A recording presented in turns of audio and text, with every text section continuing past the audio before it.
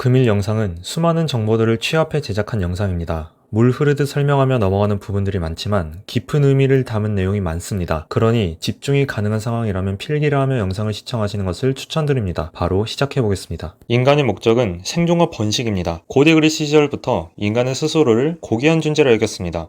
하지만 그들은 틀렸습니다. 설령 신이 있다 할지라도 유전자에는 생존과 번식이라는 본능이 깊이 자리 잡고 있습니다. 불편해도 어쩔 수 없습니다. 이것이 진실이니까요. 인간의 생물적 본성은 생존과 번식, 이 둘로부터 시작됩니다. 그래서 인간은 생존과 번식의 확률을 높이는 방향으로 스스로를 진화시켰습니다. 그 과정에서 생겨난 것이 바로 감정입니다. 우리는 야생에서 맹수를 마주치면 곧바로 스트레스 호르몬을 분비시켜 그와 싸우거나 도망치도록 진화해왔습니다. 우리는 야생에서 과일을 발견하면 행복감을 느끼도록 진화해왔습니다. 이러한 순간이 거듭되고 축적되어 수백만 년 후 우리는 여러 가지 감정을 만들어내게 되었습니다. 그 과정에서 우리에게 행복감을 주는 대표적인 물질이 바로 도파민입니다. 예전에 저는 위 영상을 통해 도파민의 기본 원리 두 가지를 설명하였습니다. 위 영상을 통해서는 도파민의 원리와 우리 뇌에서 일어나는 물질계의 작용 과정을 설명했습니다. 위 영상을 통해서는 중독에 관련된 영상을 100개 보더라도 사람들이 변하지 않는 이유에 대해 설명하였고, 최근에는 현대인들이 불행한 진짜 이유에 대해서도 설명하였습니다. 이번 영상에서는 어려운 내용은 모두 차치하고 여러분이 중독의 원리를 이해하고 바뀌는 방법을 숙지한 후 행동을 가로막는 모든 한계를 돌파하는 방법을 알려드리려 합니다. 오늘 영상에서 여러분은 위 세 가지를 모두 가져갈 수 있습니다. 먼저 원리 이해부터 살펴보겠습니다. 방법을 숙지하고 실천만 하면 되는데 왜 우리는 굳이 원리를 이해해야 할까요? 이유는 바로 동기에 있습니다. 애석하게도 인간은 생각만으로 모든 것을 컨트롤할 수 없습니다. 우리는 몸이 작동하는 방식을 이해해야 합니다. 이를 이해하지 못하면 신체와 마음이 부조화가 일어나 행동을 변화시킬 수 없습니다. 명령을 내리고 의도를 가지는 것은 마음의 역할이지만 실제로 그를 행하는 것은 몸입니다. 만 25세가 넘으면 뇌의 신경 가소성은 극도로 감소합니다. 그러한 상황 속 우리가 행동을 바꾸기 위한 방법은 딱 두 가지입니다. 간절하거나 점진적으로 변화시키거나. 애석하게도 우리는 간절한 상황을 잘 맞이하지 못합니다. 간절함은 상상만으로 만들어내기 힘듭니다. 여러분이 명상이 대가이거나 머릿속에 현실을 생생히 재생하는 능력이 있다면 모를까. 극소수가 아니라면 뇌는 상상만으로 간절한 상황을 만들어내지 못합니다. 결국 우리는 조금씩 서서히 스스로를 변화시킬 수 있어야 합니다. 하지만 대부분의 습관이 하루아침에 만들어지는 것으로 착각합니다. 습관을 빨리 들일 수 없다는 것을 인지한다 하더라도 빠르게 변화하고 싶어 하죠. 아쉽게도 이러한 생각은 오히려 우리를 목표와 멀어지게 합니다. 사실 이러한 생각을 하게 되는 것은 어찌 보면 당연한 일입니다. 도파민에 중독되면 우리는 미래를 잘 그리지 못합니다. 이를 지연보상 능력이 저하로 합니다. 눈앞이 충동과 자극만 줬게 되는 것이죠. 그렇기에 목표로 하는 것이 있음에도 불구하고 지금의 행동이 아무런 변화를 주지 않는다는 이유로 이를 포기합니다. 하지만 우리의 몸은 우리가 느끼는 것과 달리 실제로 변화합니다. 물은 99도에서 끓지 않습니다.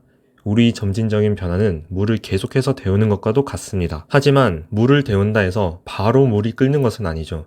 어느 정도의 시간이 필요합니다. 다들 라면물을 끓여보셨다면 아시겠지만 일정 이상의 온도가 되면 기포가 하나 둘씩 올라와 물을 끓일 준비를 합니다. 습관 형성도 마찬가지입니다. 별다른 느낌은 주지 못하지만 우리는 우리가 스스로 변화하고 있음을 인지합니다. 그렇게 우리는 조금씩 동기를 부여받아 성공적으로 새로운 것들을 습관화할 수 있습니다. 잠시 정리하고 넘어가도록 하겠습니다. 첫째, 진정으로 변화하고 싶다면 몸의 원리를 이해해야 한다. 둘째, 생각만으로 모든 것을 변화시킬 수는 없다. 변화하기 위해서는 생각을 만들어내는 마음과 행동하는 몸이 조화를 이루어야 한다. 셋째, 그를 위해 우리는 뇌의 작동 방식을 그대로 따라야 한다. 당신이 만 25세 이상이라면 뇌의 작동 메커니즘은 둘로 구분된다. 바로 간절함과 점진적인 변화이다. 대부분은 간절함을 경험할 수 없기에 점진적인 변화를 목적으로 해야 한다. 도파민 중독으로 인해 지연보상 능력이 결여되면 사람들은 곧바로 결과가 나타나지 않는 것에 의미를 부여하지 못한다. 하지만 물을 끓이는 데 시간이 걸리듯 당장에 나타나는 변화가 없더라도 우리는 그를 꾸준히 할 수 있어야 한다. 이 세 가지를 숙지하셨다면 다음 단계인 방법 숙지로 넘어가 보도록 하겠습니다. 방법 숙지 또한 원리 이해를 바탕으로 접근해야 합니다. 사람이 꾸준히 행동하기 위해서는 이 행동을 내가 해야 하는 이유를 명확히 할 수 있어야 합니다. 목적도 분명해야 하지만 지금 내가 하는 행동에 의문을 가지면 행위를 지속할 수 없습니다. 사람은 눈에 보이는 것에만 집착하는 경향이 있습니다. 지금 당장 변하지 않으면 그것이 나에게 실제로 도움이 되는지 모릅니다. 비록 과학적으로 증명된 것이더라도 사람들은 자신이 믿음을 바탕으로 행동을 설계합니다. 그렇게 계속해서 합리화를 하게 되는 것입니다. 오늘 하루쯤은 괜찮겠지 와 같이 말이죠. 하지만 낙수물이 바위를 뚫듯 우리는 하루하루 그저 나아갈 수 있어야 합니다. 그래서 지금부터는 나아가는 방법을 알려드리도록 하겠습니다. 중독에서 벗어나 습관을 들이기 위해서는 민감해져야 합니다. 예전 영상에서도 여러 번 말씀드렸지만 도파민은 절대 나쁜 것이 아닙니다. 다만 과식을 하면 아무리 맛있는 음식을 먹어도 속이 더부룩하듯 도파민도 과잉 분비됐을 때 부작용이 있는 것 뿐입니다. 예민한 사람은 같은 것을 접해도 민감하게 반응합니다. 둔감한 사람은 반면에 별다른 반응을 보이지 않죠. 도파민에는 수용체가 있는데 이 수용체의 민감도에 따라 우리는 자극을 조절합니다. 도파민 중독에 걸린 사람들은 이 자극에 둔감하게 반응합니다. 따라서 우리는 도파민 수용체의 민감도를 높일 필요가 있습니다. 그를 위해 사람들은 나를 고통에 내몰아라 라 말합니다. 행복해지기 위해서는 오히려 고통을 받아들이라는 식으로 말이죠. 하지만 행복하기 위해 고통을 받아들이라는 것은 오히려 거부감을 행사할 수 있습니다. 우리의 목적은 도파민 중독에서 벗어나 행복에 이르는 것이지만 그 과정이 불투명하면 앞서 말씀드렸던 행동을 지속할 동기가 부족해지겠죠. 이는 과학적으로 증명된 말입니다. 우리가 흔히 아는 플라세보 효과로 말이죠. 믿음은 생각보다 강한 힘을 지니고 있습니다. 실제로 몸이 올바른 방향으로 작용하더라도 만약 그 과정에서 스트레스를 심하게 받으면 별다른 효과를 거두지 못합니다. 우리의 목적은 올바른 행동을 하는 것이고 그를 위해 수용체의 민감도를 높이는 것입니다. 따라서 굳이 고통에 스스로를 내몰 필요가 없습니다. 저는 이 행동이 옳은 것을 알고 그러한 행동들이 거부감을 주지 않게 적극 실천하고 있습니다. 찬물 샤워, 격렬한 운동, 신경을 쏟아붓는 지적활동 등과 같이 말이죠.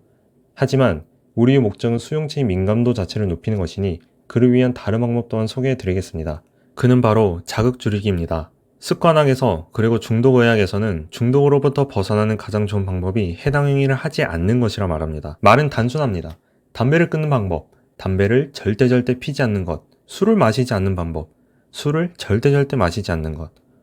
중독에서 벗어나기 위해서는 단지 중독에서 벗어나는 방법을 이해하는 것을 넘어서서 어떤 것이 우리를 중독에 빠져들게 하는지를 이해하고 그를 차단하는 방법을 역으로 취해야 합니다. 우리가 중독에 빠져들게 되는 이유는 크게 세 가지가 있습니다. 바로 유전, 환경, 상황입니다. 유전적으로 수용체의 민감도가 낮은 사람들은 자극에 취약합니다. 순간적으로 쾌감을 많이 불러일으키는 행동들을 계속해서 갈망하는 것이죠. 저 또한 선천적으로 중독에 취약해 술, 담배, 게임, 스마트폰, 카페인 등에 심각히 빠졌던 때가 있습니다. 환경과 상황도 한몫했지만 유전은 통제 불가능한 영역입니다. 그렇게 중독에 빠져든 이유를 고려하려면 내가 먼저 유전적으로 중독에 취약한지부터 파악할 수 있어야 합니다. 파악하는 방법은 크게 어렵지 않습니다. 유년 시절부터 자극에 취약했는지 체크해 보면 됩니다. 같은 것을 접하더라도 남들보다 더 광적으로 한 곳에 빠져들고 그 행위가 아니라면 안절부절 못하는 성향을 보였다면 높은 확률로 중독에 취약하다 생각하시면 됩니다. 다음으로 살펴볼 것은 환경과 상황입니다. 19세기 그리스의 한 수도승이 살았습니다. 그는 친엄마 포함 날 때부터 죽을 때까지 여자를 단 한 번도 본 적이 없습니다. 그는 환경적으로 여자를 좋아할 수 없었습니다. 중독 요소도 마찬가지입니다. 우리는 그것을 접하지 않으면 날 때부터 죽을 때까지 그를 원하지 않을 것입니다. 현대에 이르러서야 각종 미디어와 매체를 통해 우리는 간접적으로나마 중독 요소를 접할 수 있지만 환경에 노출되지 않는 이상 그를 하게 될 확률은 매우 낮습니다. 남자들이 게임에 중독되는 이유는 간단합니다. 주변 친구들이 모두 해서입니다. 인간은 사회적 동물입니다. 무리에서 소외되는 것을 극도로 혐오하도록 진화되었습니다. 호기심이든 배척이 두려워서든 환경에 노출되면 높은 확률로 사람은 주변 사람들과 행동을 동일시하게 됩니다. 상황도 크게 다르지 않습니다. 담배를 피는 친구들과 무리지어 다니는 한 남성이 있다 가정해 보겠습니다. 그는 유년 시절부터 담배 냄새를 싫어했습니다. 친구들이 담배를 무리지어 필 때도 자리를 피했고요. 하지만 스트레스에 극심히 시달리는 상황을 마주하게 되고 하루 친구에게 묻습니다. 담배 피면 진짜 스트레스가 해소돼? 그렇게 그는 흡연을 시작하게 됩니다. 여기까지가 우리가 중독에 빠져드는 대표적인 세 가지 이유입니다. 중독적인 요소들은 강한 자극을 수반하기에 우리를 빠르게 빠져들게 합니다. 특히 유전적으로 수용체의 민감도가 낮다면 더 강한 자극을 원하기에 더 빠르게 빠져들겠죠. 그렇게 유전적인 영향을 많이 탄다면 아예 시작을 하지 않으면 됩니다. 상황적인 영향을 많이 탄다면 빠져들 수 있는 중독 리스트를 체크한 후 내가 여기에 빠져들면 입을 손실을 미리 계산하는 겁니다. 그럼 호기심이나 욕구가 생기더라도 그를 피할 수 있습니다. 환경적인 영향을 많이 탄다면 환경을 바꾸면 됩니다. 잔잔한 호수에서 노를 젓는 것보다는 급류의 배를 띄우는 것이 훨씬 더 좋습니다. 중독을 끊는 것도 마찬가지입니다. 내가 이미 중독에 빠져 있다면 환경을 바꾸고 자극을 멀리하면 됩니다. 그것이 힘들다 생각 들면 스스로 한 번만 되돌아보세요. 당신은 중독으로부터 벗어나는 것이 목적인가요? 아니면 할 수 없는 이유를 계속해서 생각해 핑계를 대는 것이 목적인가요? 그를 한번 잘 생각해 보시기 바랍니다. 자극을 멀리하는 것은 최소 2주에서 6개월 정도의 기간을 소요합니다. 사실 이 과정은 너무나도 고통스럽습니다.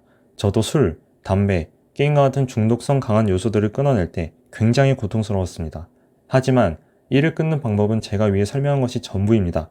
내가 이를 왜 끊어야 되는지 생각하고 이를 통해 어떤 것을 얻을 것인지 생각하며 마지막으로 이것이 하루아침에 변하진 않지만 내가 느끼지 못하는 사이에도 조금씩 나의 몸이 변화하고 있다는 것을 스스로에게 끊임없이 인지시켜주며 계속해서 나아갈 수 있어야 합니다.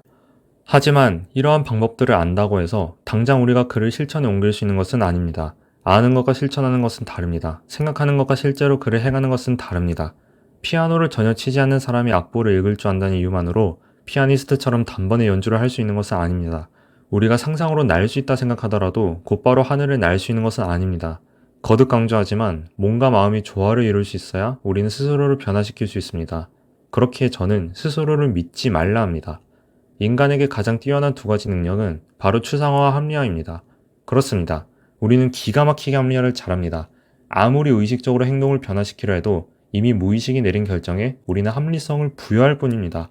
따라서 우리는 무의식을 변화시킬 수 있어야 합니다. 의식적인 변화는 마음이 변화이며 무의식적인 변화는 몸이 변화입니다. 몸의 거부감을 없애기 위해 우리는 무의식을 건드릴 수 있어야 합니다. 그를 위해 우리는 몸과 마음이 조화를 이루는 방법을 알아야 하며 점진적으로 이를 변화시킬 수 있어야 합니다. 다행히 저는 이 둘을 한데 묶어 하나로 개념할 수 있었습니다. 바로 의지력입니다. 우리는 항상 의지력을 탓합니다. 나는 의지력이 부족한가 봐. 의지력이 강하면 할 수 있었을 텐데. 하지만 의지력이 총량이 중요한 것이 아닙니다. 우리는 의지력을 잘 조절할 수 있어야 합니다. 암만 의지력이 총량이 높다 하더라도 빠르게 그를 고갈시켜버리면 더 이상 행동할 수 없습니다. 이는 단지 비유적인 표현이 아닙니다. 실제로 몸은 그렇게 작동합니다. 그렇기에 우리는 의지력이 총량을 올리는 것뿐만이 아닌 비율을 잘 조정하는 방식으로 접근해야 합니다. 의지력을 담당하는 체내 물질은 도파민과 세로토닌입니다. 도파민이 과잉 공급되지 않는다면 우리는 수용체의 민감도를 올리면서도 행복감을 느낄 수 있습니다. 세로토닌이 충분히 공급된다면 우리는 충만한 의지력을 바탕으로 나아갈 수 있습니다. 먼저 의지력의 총량을 높이는 방법을 알아보도록 하겠습니다.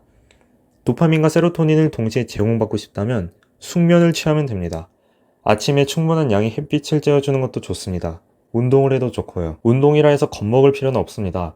간단한 10분 걷기 정도도 도파민과 세로토닌을 분비시켜 주니 말이죠. 도파민을 제공받는 방법은 위에 제가 설명해 드린 방법과 일맥상통합니다. 목표를 구체적으로 설정하고 당위성을 부여하며 끊임없이 나에게 인지시켜 주는 것입니다. 유머도 하나의 좋은 방법입니다. 유머는 좋은 정신적 에너지 제공처입니다. 재미있는 유튜브 쇼츠 영상 몇 개는 오히려 나에게 도움이 될 수 있습니다. 도파민이 순간적으로 너무 많이 분비되면 고통 물질인 substance P라는 물질이 분비됩니다. 이 물질은 고통의 민감도를 높여 우리가 약한 자극에도 강한 고통을 느끼게끔 합니다. 하지만 적정선을 넘지 않으면 도파민을 분비시킴에도 substance P를 분비시키지 않을 수 있습니다. 행복을 취하되 고통을 겪지는 않는 것이죠. 중독에서 벗어나려는 사람들은 무조건적으로 그를 한 번에 딱 끊으려 합니다. 하지만 참는 것은 끊는 것이 아닙니다. 의지력을 억지로 사용하며 참는 것은 오히려 체내 스트레스 호르몬을 축적시킵니다. 행복하려 하는 행동이 오히려 나에게 불행을 안겨다 주는 것이죠. 따라서 술과 담배 같은 것들은 백해무익하지만 게임, 스마트폰 정도는 어느 정도 조율해서 행동하면 됩니다. 가장 좋은 방법은 시간을 정하는 것입니다. 중독에 빠진 사람들이 그로부터 벗어나고 싶어하는 이유는 자신의 일에 방해가 되기 때문입니다. 하지만 1시간 동안 공부를 하고 10분 동안 스마트폰을 보는 것처럼 시간을 정해놓으면 그 모든 순간은 나의 통제 영역 안으로 들어옵니다. 우리는 행위 자체를 끊어내야만 중독에서 벗어날 수 있다 생각합니다. 하지만 중독은 행위보다는 의존성의 관점으로 접근해야 합니다. 내가 온전히 시간을 컨트롤할 수 있고 의존하지만 않는다면 중독으로부터 벗어났다 생각해도 무방합니다. 이에 대한 자세한 내용은 니르 이알이 디스트랙션 영상을 참고해주세요. 이 영상에서 다루기는 너무 긴 내용이라 넘어가도록 하겠습니다. 세로토닌을 제공받는 방법은 여러 가지가 있습니다. 트립토판이라는 필수 아미노산을 섭취해도 되고 숲을 거닐어도 되며 리듬이 있는 활동을 해도 됩니다. 운동, 춤, 음악 감상, 등 모든 것이 해당됩니다. 위 과정들을 통해 우리는 의지력의 총량을 높일 수 있습니다. 하지만 중독이 심하게 빠져있는 상황이라면 위 과정을 수행해도 엄청난 효과를 누릴 수 없습니다. 특히 스마트폰 중독에 빠져 있다면 잠을 제대로 자지 못합니다. 자야 하는 시간에 계속해서 스마트폰을 보고 다음날 아침에 좀비처럼 일어나 커피를 마시며 하루를 이어가겠죠. 이렇게 하게 되는 이유는 간단합니다. 동기가 부족해서입니다. 현 상태를 유지하더라도 당장의 나의 생존에 문제가 생기는 것이 아니기에 스마트폰이 별다른 행복감을 제공하지 않음에도 불구하고 무의미하게 계속해서 영상을 보게 되는 것이죠. 아무리 스마트폰을 멀리하라 하고 숙면을 통해 얻을 수 있는 이점을 생각하라 하더라도 실제로 하지 않으면 우리는 기대 효과를 알지 못합니다. 뭐 어때? 원래 이랬는데? 와 같이 합리화하면서 계속해서 스마트폰을 보게 되는 것이죠. 그를 위해 저는 우선 3일 정도만 일을 해보라 합니다. 3일 동안 효과를 보면 내가 얻을 수 있는 기대 효과를 경험하게 되고 새로운 동기를 제공받을 수 있으니 말이죠. 하지만 이전에도 말씀드렸듯 우리는 의지력의 비율을 잘 조정할 수 있어야 합니다. 억지로 3일간 일을 억제했다 하더라도 의지력이 고갈되어 버린다면 우리는 더 이상 그를 지속하지 못합니다. 실제로 세로토닌은 새로운 일에 착수한 지 72시간이 지나면 급감해 버립니다. 여기까지 영상을 시청해 주신 분들께 우선 너무 감사드립니다. 결국 앞이 내용을 종합해 봤을 때 우리는 의지력의 비율을 잘 조정할 수 있어야 합니다. 비율을 조정해야 계속해서 동기를 부여받을 수 있고 그러한 동기가 바탕이 되어야 행동을 할 수 있으니 말이죠. 의지력을 사용하는 것은 일시적으로 의욕을 불러일으키나 이 의욕은 오래가지 못합니다. 그렇기에 잔잔한 의욕을 꾸준히 유지시켜 우리는 앞으로 나아갈 수 있어야 합니다. 중독에 빠진 상태에서 내가 어떤 것을 끊으려 할 때 나타나는 거부감은 당연한 것입니다. 고통 물질인 서브스탄스 P가 계속해서 도파민을 갈구하는 방향으로 우리를 괴롭히기 때문이죠. 이를 이해한다 하더라도 이 고통을 참아야 중독에서 벗어날 수 있어 라고 다짐하는 것은 계속해서 의지력을 갉아먹습니다. 따라서 우리는 작은 행동들로부터 의지력을 기준값을 서서히 올려야 합니다. 운동에는 젖산역치라는 것이 있습니다. 역치가 온 이후부터 근육에서는 타들어가는 듯한 고통이 수반되죠. 의지력도 마찬가지입니다. 일정 기준선이 있습니다. 젖산역치든 의지력에는 우리는 이 기준선을 조금씩 발전시켜 나갈 수 있습니다. 흔히 공부를 계속하면 관성이 붙어 오랫동안 집중을 할 수 있는 것도 이 때문입니다. 어린 시절에는 만 25세 이하이기에 의지력을 다수 사용하더라도 뇌가 올바르게 작동하였다면 이후에는 과한 의지력이 오히려 독이 될 수 있습니다. 그렇기에 내 의지력이 100이라면 하루에 30을 쓰고 의지력을 보강하는 일련의 행동들을 통해 의지력을 90 정도로 맞추는 행위를 반복하는 것입니다. 이러한 행위를 계속 반복하면 수치적으로 의지력이 0이 된다 생각할 수 있겠지만 그 사이 의지력의 기준선 자체가 올라가 같은 행위로는 더 이상 의지력을 갉아먹지 않는 상황이 생깁니다. 제가 중독에서 벗어난 방법도 바로 이를 통해서입니다. 저는 절대로 여러 가지를 한 번에 시도하지 않았습니다. 담배는 입대와 동시에 강제적으로 끊었으니 차치하더라도 술, 게임, 스마트폰, 카페인은 9개월에 걸쳐 하나씩 서서히 끊어 나갔습니다. 각각의 요소도 한 번에 딱 끊지 않았습니다. 서서히 줄여나가고 내 의지력을 계속해서 체크했습니다. 중독이 심할수록 더 천천히 끊을 수 있어야 합니다. 합리화를 일절하지 않고 못 참겠다는 생각이 들면 머리를 비울 수 있도록 격렬한 운동을 하며 천천히 그리고 점진적으로 수용체의 민감도를 높이고 자극을 멀리할 수 있어야 합니다. 영상을 쭉 시청하시면 아마 모든 내용이 기억나시지 않을 것입니다. 그를 위해 내용을 필기하며 영상을 시청해달라 말씀드렸는데요. 이 영상은 모든 전제를 초반에 바탕으로 깔고 응용하여 설명하는 과정까지 다룬 영상입니다. 그렇게 초반부를 완벽히 이해하면 후반부에 쭉 설명하며 넘어가는 부분들에 대해 완벽히 이해하게 되며 이해를 넘어서서 실천까지 한 번에 할 수 있을 거라 믿습니다. 긴 영상이지만 끝까지 시청해 주셔서 감사하고 중독으로부터 벗어나 더 충만한 삶을 사시길 기원하겠습니다. 감사합니다.